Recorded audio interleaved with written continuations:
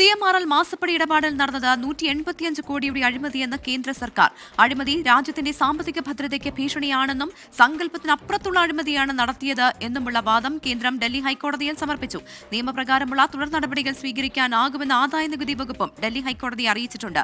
R Achuthan ഡൽഹിയിൽ നിന്ന് ചേരുകയാണ്. അച്യുതൻ, CMRL മാസപ്പടി ഇടപാടിൽ കോടികളുടെ അഴിമതി എന്ന് ഇപ്പോൾ സർക്കാർ തന്നെ കോടതിയെ അറിയിക്കുമ്പോൾ എന്തായാലും ഇതിൽ നിന്ന് എളുപ്പം ഊരിപ്പോവുക അത് CMRLനെ സംബന്ധിച്ച് എളുപ്പമാകില്ല. എന്തൊക്കെ കാര്യങ്ങളാണ് ഇന്ന് കോടതിയിൽ സമർപ്പിച്ചതിൽ നിന്ന് ഏറ്റവും പ്രധാനപ്പെട്ടതായി പറയാനുള്ളത്?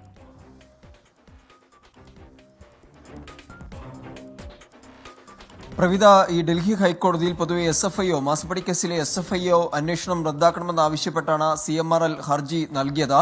ഇതിൽ വാദം കേട്ട ഡൽഹി ഹൈക്കോടതിയാണ് അധികമായി ബോധിപ്പിക്കാനുള്ള കാര്യങ്ങൾ വിശദമായി എഴുതി നൽകാൻ കേന്ദ്ര സർക്കാരിനോടും ആദായ നികുതി വകുപ്പിനെയും അറിയിക്കുന്നത്. അതിൽ കേന്ദ്ര സർക്കാരും ആദായ നികുതി വകുപ്പും സമർപ്പിച്ച വിശദമായ വാദത്തിന്റെ വിശദാംശങ്ങളാണ് ഇപ്പോൾ പുറത്തുവന്നത്.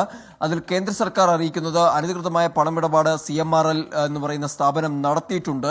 അത് വിവിധ രാഷ്ട്രീയ പ്രവർത്തകർക്കും അതുപോലെ തന്നെ സ്ഥാപനങ്ങൾക്കും മീഡിയ ഹൗസസ് ഉൾപ്പെടെയുള്ള സ്ഥാപനങ്ങൾക്കും ഇത്തരത്തിൽ അനധികൃത പണമിടപാട് നടത്തി. അത് ഏതാണ്ട് 185 കോടിയുടെ അനധികൃത പണമിടപാടാണ് CMRL നടത്തിയതെന്നും എന്നുള്ള ഗുരുതരമായിട്ടുള്ള ഒരു ആരോപണമാണ് ഇപ്പോൾ കേന്ദ്രം ഉന്നയിച്ചിരിക്കുന്നത്. ഒപ്പം തന്നെ എക്സാലോജി കമ്പനിയുമായി 1.72 കോടിയുടെ പണമിടപാട് ഈ CMRL നടത്തിയിട്ടുണ്ട്. കമ്പനിയുടെ സുഗമമായ നടത്തിപ്പിന് വേണ്ടിയിട്ടാണ് ഇത്തരത്തിൽ അനധികൃത പണമിടപാട് നടത്തിയതെന്ന് കൂടി പറയുന്നു. മാത്രമല്ല, ഇതുമായി ബന്ധപ്പെട്ട് പറഞ്ഞിരിക്കുന്നത് ഒരു സ്ഥാപനത്തിന്റെ മറവിൽ സങ്കല്പിക്കാൻ കഴിയാത്ത അഴിമതിയാണ് നടന്നത്. രാജ്യത്തിന്റെ സാമ്പത്തിക ഭദ്രതയെ തകർക്കുന്ന ഒരു അഴിമതി എന്നുകൂടി കേന്ദ്ര സർക്കാർ ഇതുമായി ബന്ധപ്പെട്ട് ഉന്നയിക്കുന്നു.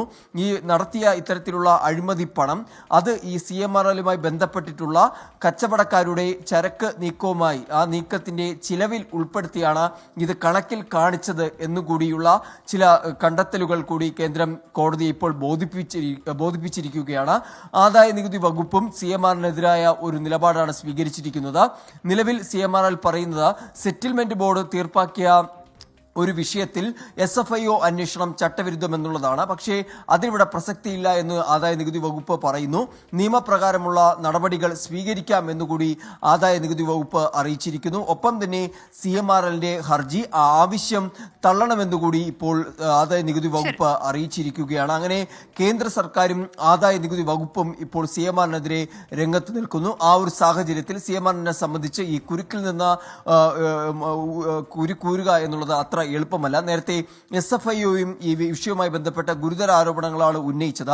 ഭീകരവാദ പ്രവർത്തനങ്ങൾക്ക് പിന്തുണ നൽകുന്നവരുമായി ചില പണമിടപാട് CMRL നടത്തിയതായി സംശയിക്കുന്നു എന്നുള്ള ഒരു ആശങ്ക SFIO പ്രകടിപ്പിച്ചു. അതിൽ ചില അന്വേഷണങ്ങൾ CMRLനെതിരെ നടക്കുന്നു എന്നുകൂടി ഡൽഹി ഹൈക്കോടതി SFIO അറിയിച്ചൊരു സാഹചര്യമുണ്ട്. എന്തായാലും നിലവിൽ ഇപ്പോൾ കേന്ദ്ര സർക്കാരും ആദായ നികുതി വകുപ്പും SFIOയും ഗുരുതര ആരോപണങ്ങളാണ് CMRLനെതിരെ ഉന്നയിച്ചിരിക്കുന്നത്. CMRLനെതിരെ ഗുരുതര ആരോപണമാണ് ഇപ്പോൾ കേന്ദ്രത്തിന്റെ ഭാഗത്തുനിന്ന് ഉണ്ടാകുന്നത്. ഹൈക്കോടതിയിൽ ഇതുമായി ബന്ധപ്പെട്ട റിപ്പോർട്ട് സമർപ്പിച്ചിട്ടുണ്ട്. 185 കോടിയുടെ അഴിമതി എന്നതാണ് കേന്ദ്ര സർക്കാർ പറയുന്നത്. അഴിമതി രാജ്യത്തിന്റെ സാമ്പത്തിക ഭദ്രതയ്ക്ക് ഭീഷണിയാണെന്നും സങ്കല്പത്തിനപ്പുറത്തുള്ള അഴിമതിയാണ് നടത്തിയത് എന്നുമുള്ള വാദമാണ് കേന്ദ്രം ഡൽഹി ഹൈക്കോടതിയിൽ അറിയിച്ചിരിക്കുന്നത്.